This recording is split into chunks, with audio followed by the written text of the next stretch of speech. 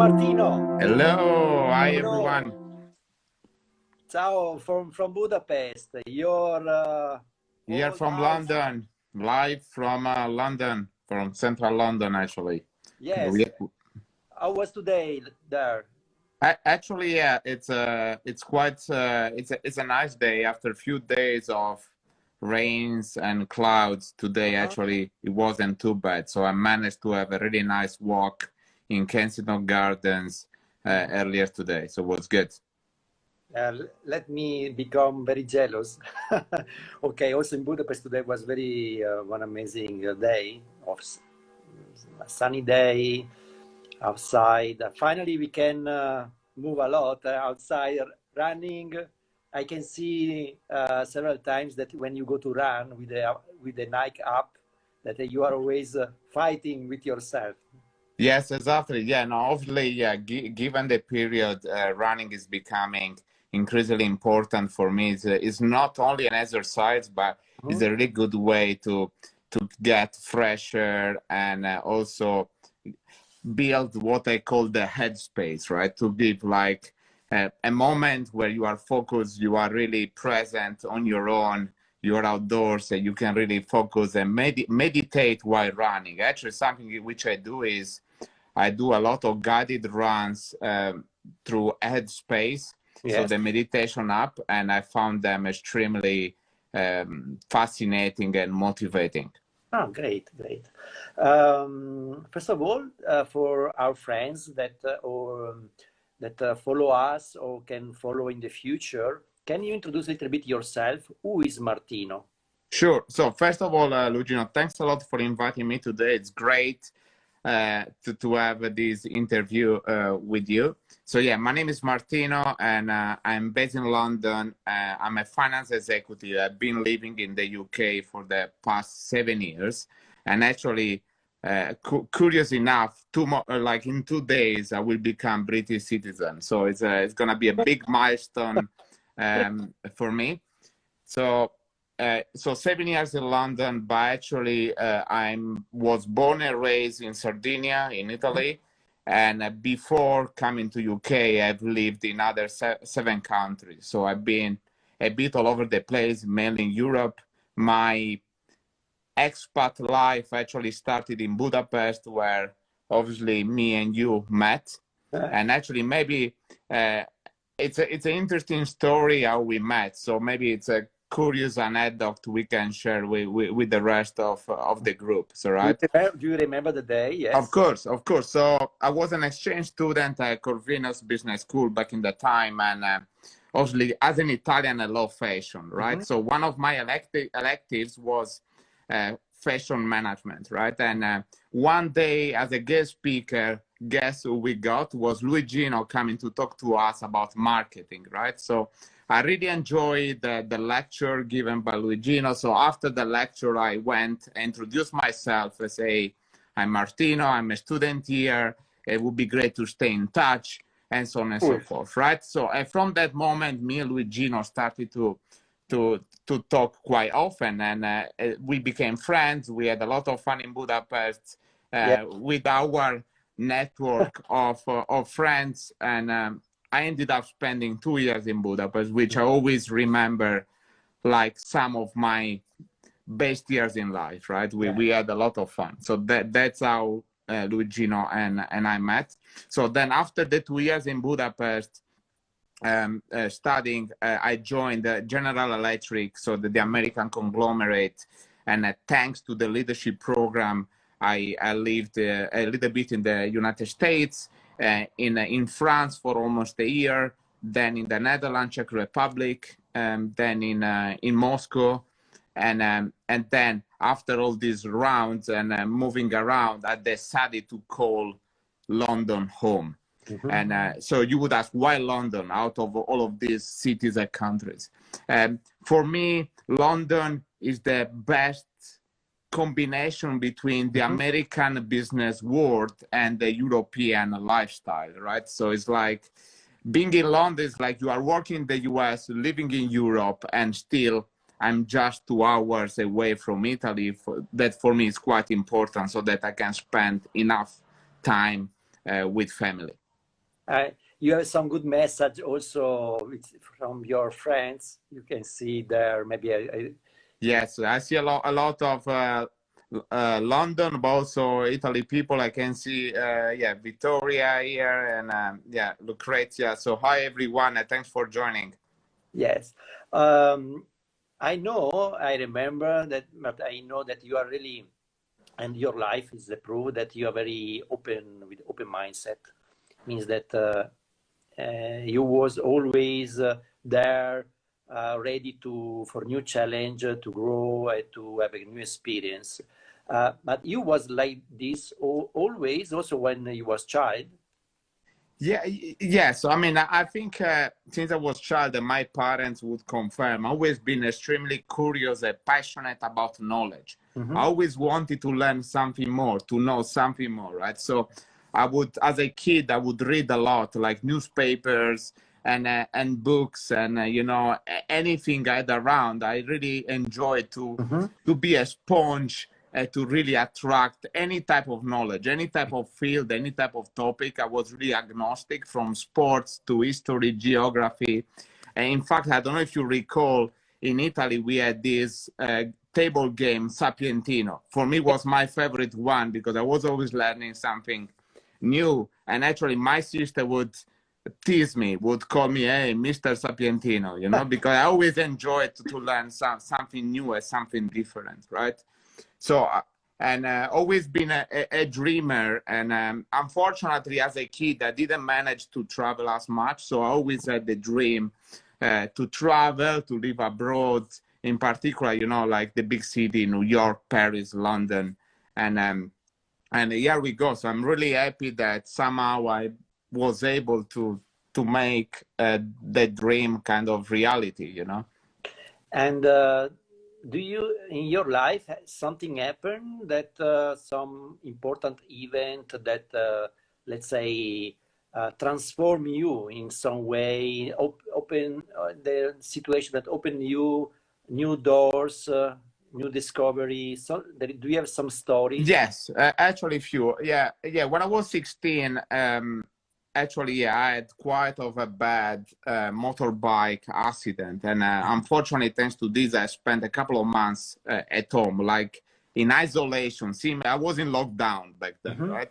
So, but during this period, I remember, because my parents were really concerned I would get bored at home. So my father would buy me a lot of newspapers, and I started to read actually Il Sole 24 Ore, which is the economics newspaper back in Italy. And actually, is during those months when I was 16 that my passion for finance and economics really came to light.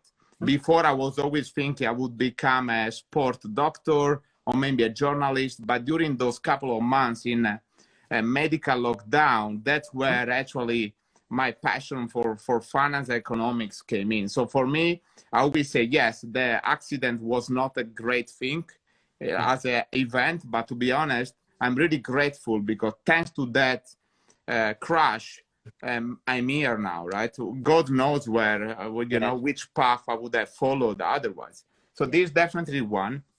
The second one is actually in Budapest, right? Because I was in Budapest as an exchange student, right? As an Erasmus student, right? So when you think about Erasmus, it's a lot about partying, having fun, and not studying much, right? That's usually what Erasmus is about, right? But I always say, I'm in a foreign country, I'm in a great business school. Let's try to get the most out of this experience, also create opportunities, right? So I remember, yeah, the business school organized this career fair. Okay, so and this one was on a Thursday, right? So and usually the Wednesday night was the big night for the Erasmus, right? So I remember, okay, I'm gonna go party on Wednesday night, but on Thursday I wanna go to the career fair, because who knows, right? Yes. So I went party on Wednesday night. On the Thursday early morning, I went there. Most of my colleagues, they were still sleepy and over, but I went there, I had a look around the different companies at the career fair, and one of those was GE, General Electric, right? So I had a chat with this guy, Neil, which actually was the CFO of Eastern Europe back then. We started to have a chat, we clicked, and he told me, why don't you leave your CV? I say, hey, I don't have a CV with me. But okay, wait a second. I'm gonna go to the library, print my CV. I'm gonna come back. I get the CV, okay, and then after a couple of weeks they call me, and then we went through the recruiting process. I got hired, right? But for me, the big lesson was like, don't wait for opportunities, create them, right? I could have stayed home hungover and not gone to the fair. I could have said, hey, sorry, I don't have the CV, bye-bye, but not. I was persistent and I went to the fair. I went to print the CV, and, you know, that's how everything started. So I think if I can give an advice to everyone, really be persistent, go and chase for opportunities, because they don't fall from the sky. You need really to create them. Yes, yes. You need to believe in yourself and never give up and try, because opportunities are there. And only, exactly. Yeah, only us, we can transform the opportunities in real opportunities, not in. Yeah. It's cool. Yeah, you know, I have a really good memories with you, that always you was, let's say, 10 foot in front of the other person. You know, you maybe also you have some kind of instinct, probably. What you think? You have some natural nose for situation that you are able to see better. You are in some way your also lifestyle permit you to be more aware about the situation around you. I don't know. I don't think I'm better than anyone. I don't know. I don't really like to compare myself to others. I think we should always compare to ourselves. I always say, for me, I need to compare me today with me yesterday to be better than yesterday than today, right? Then the rest, I shouldn't really pay too much attention to it. What I always say, I'm always try to really continuing learning about myself, so that I can really identify my weaknesses, my fears, and really address them, right? I always say, everyone, don't escape from your fears, but really face them and try to manage them, right? Yes, great. About today, how you are able to motivate yourself, you know, daily, you know, because everybody has this some moment up and down. When you are down, how you are able to motivate yourself to more fast as possible to jump again on this, you know, situation that you feel, the energy, you know, the power, the willpower to do things. So yeah, I think something is really important is what the Japanese call the concept of ikigai, right? Which is your purpose in life, right? Like trying to find a place where you are doing something that you love, but also you are good at, and people appreciate, and the world needs that, right? Because, for example, I love playing football, but I'm not good enough.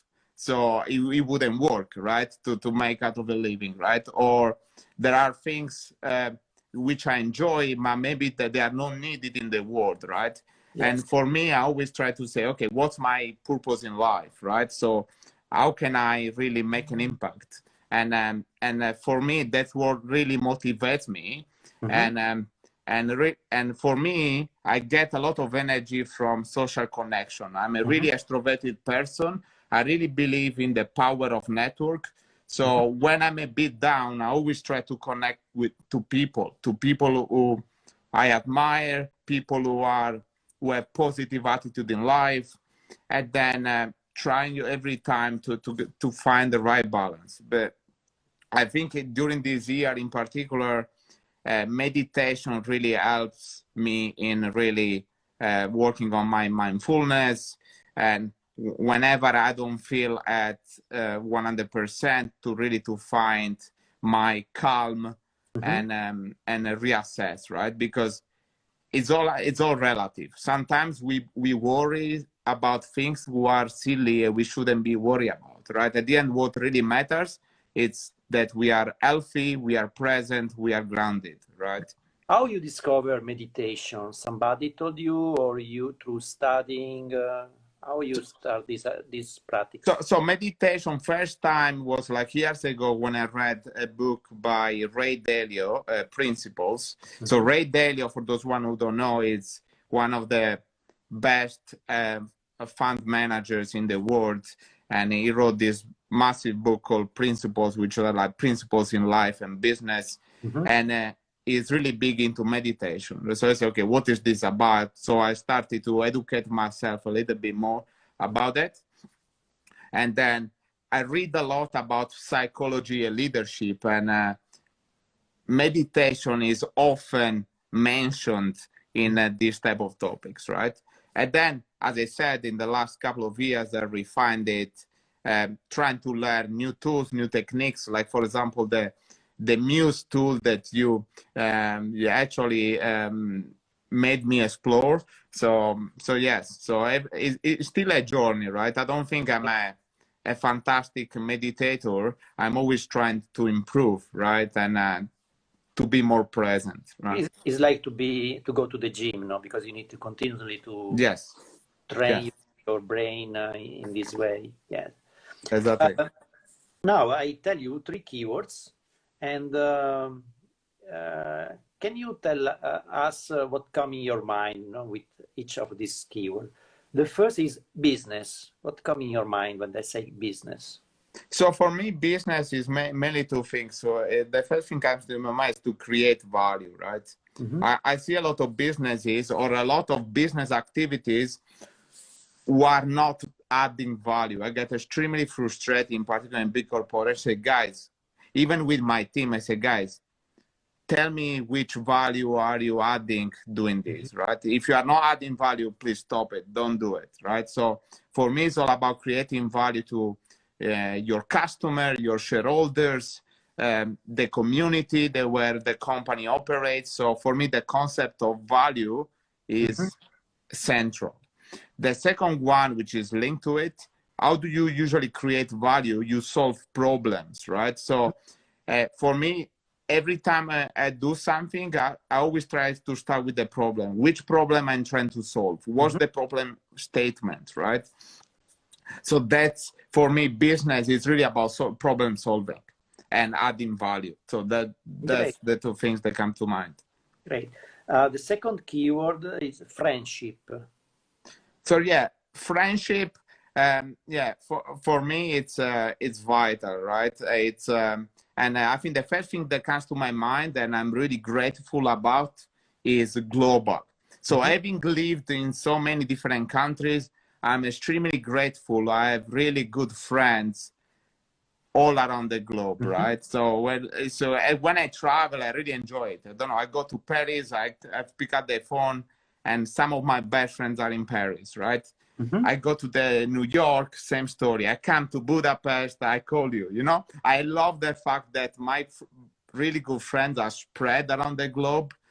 I don't know, I'm really grateful because, and we are also so different, and I really learn a lot from my friends, right? So friendship for me is about supporting each other, learning from each other, and also motivating each other, right? I think one of the reasons I think I've achieved some little things in life is because I've been surrounded by motivated and ambitious people, ambitious friends, right? It all started when I was even at school, at university. We were actually, Victoria was here and stuff on listening, but actually we were a group of 10, 15 friends, all of us extremely motivated, ambitious, having a lot of fun, but at the same time being really good students and sharing our dreams to each other, right? So I think that's important. That's why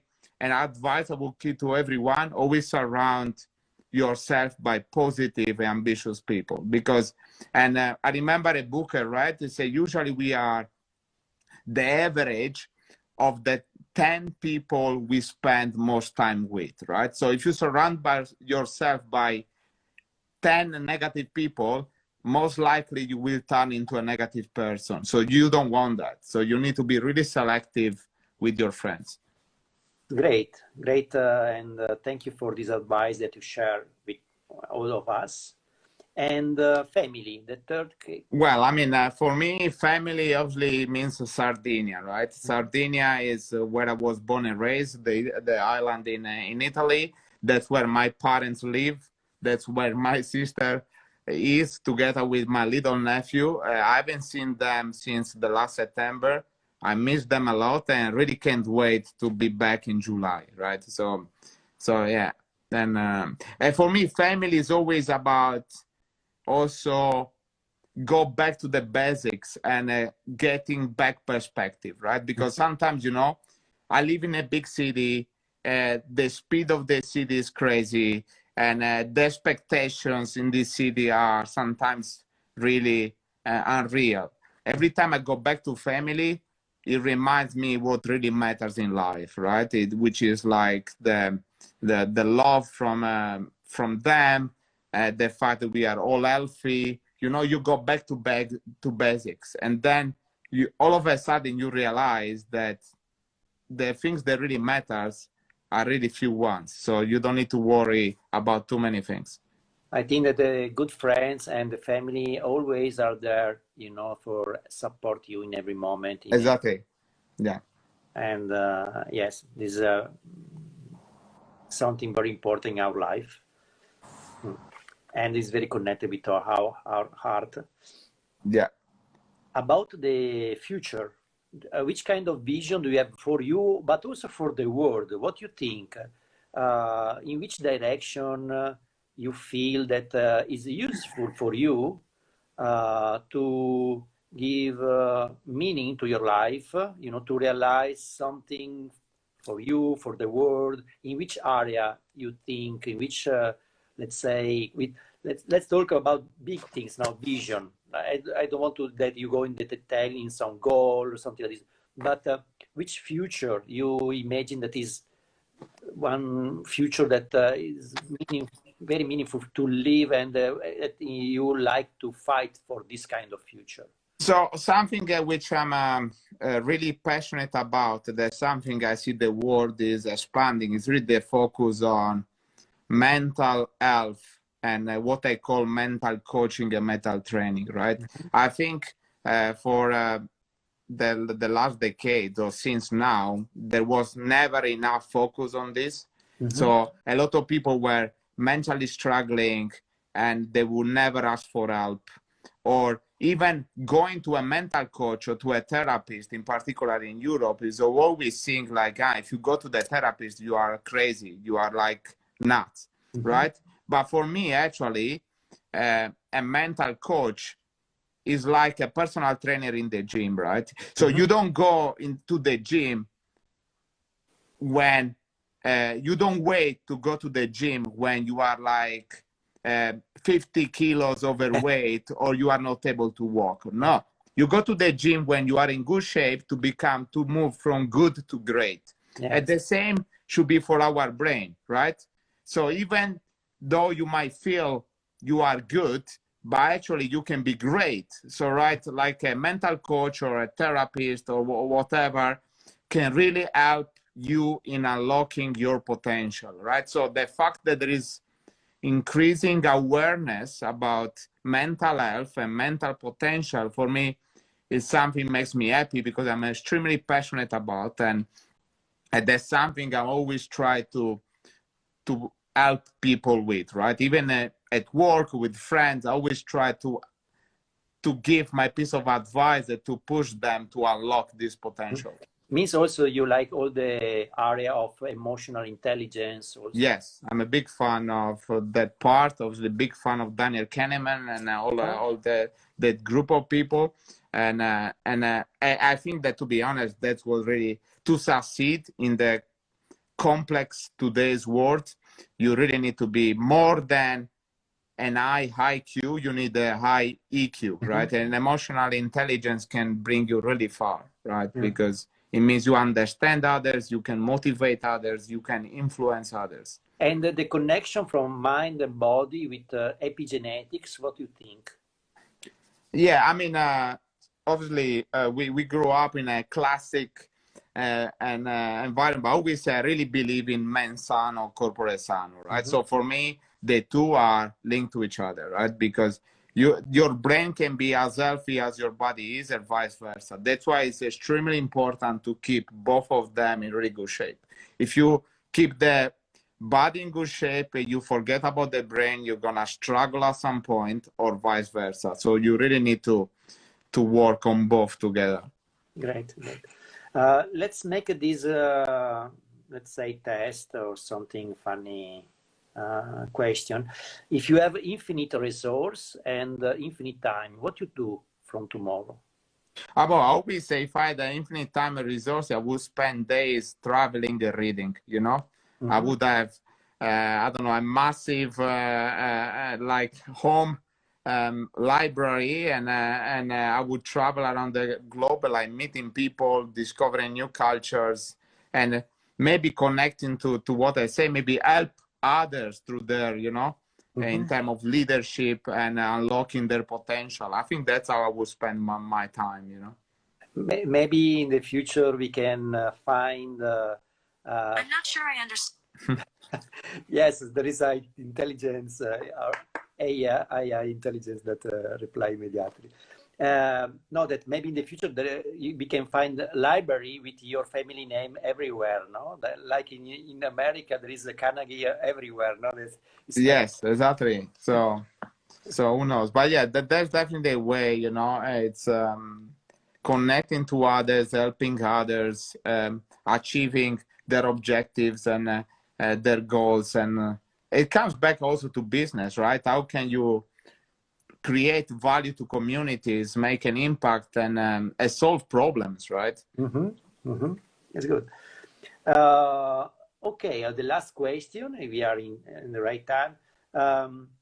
Can you give one advice to the next generation that from your experience, no? This very, let's say, your life is like a marathon all around the world, means that you saw a lot of things, that you had a lot of experience. If you imagine that, let's play in this way, you have a time machine, you were able to go back in time, you know, and you meet yourself when at 10 years old, no? And you have the possibility to give one advice to yourself.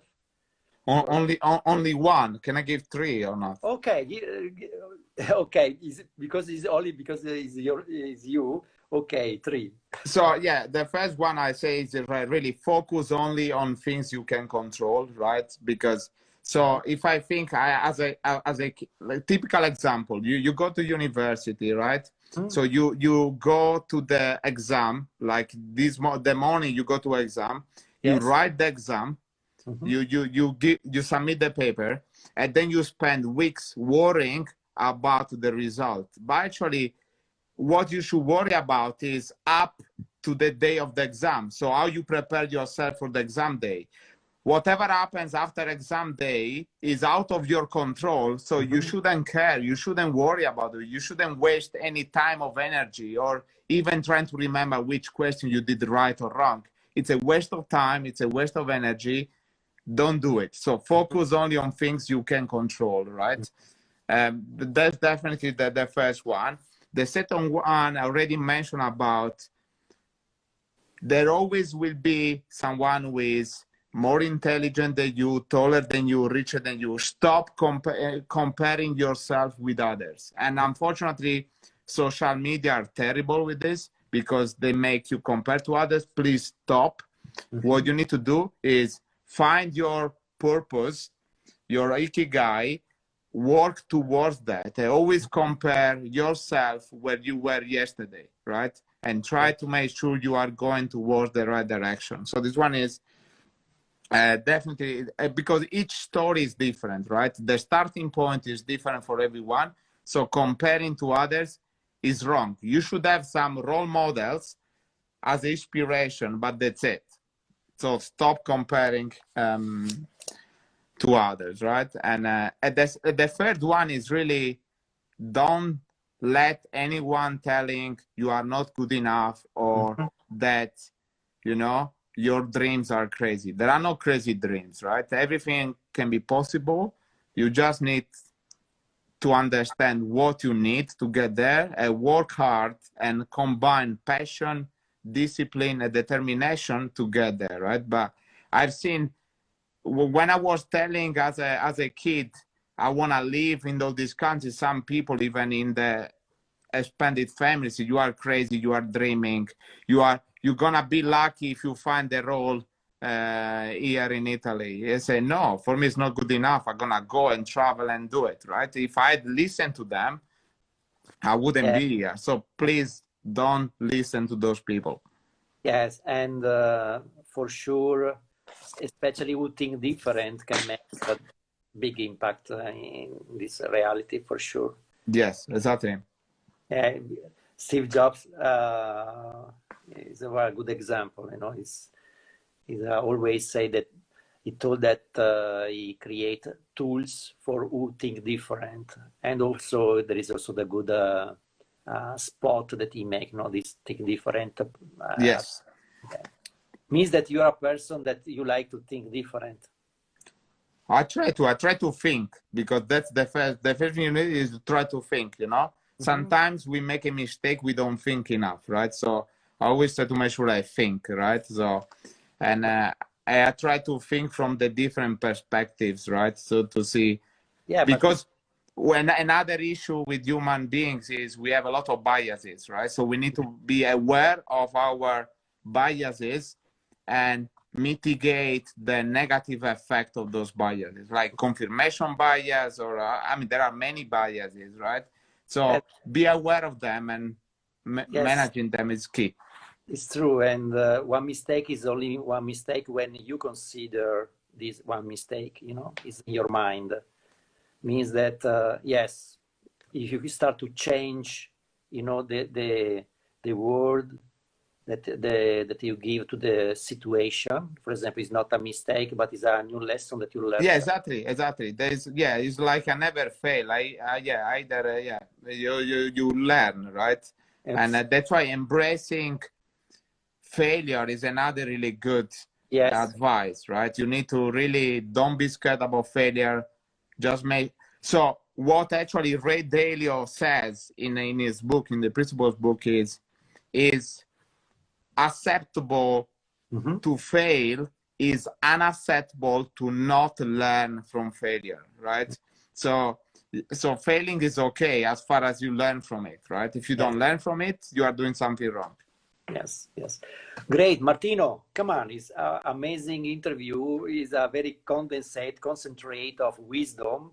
And really, I think that imagine that maybe in 10 years, there is another tool, not Instagram, there is another, I don't know, something hologram or Insta hologram, something like this. And we can do another live interview in another way. And after we can compare the two, know how we was able to evolve and grow.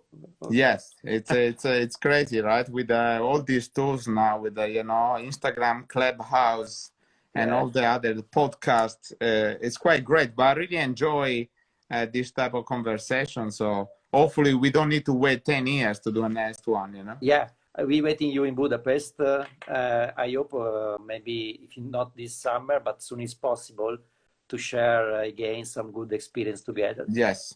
Thank you so much, Martino, and see you soon. See you soon. Thanks again for inviting me, and thanks everyone for joining this live. And enjoy life always. Ciao, Martino. Always. Ciao. Bye-bye. Have a good one. Thanks a lot. Bye-bye. Thank you.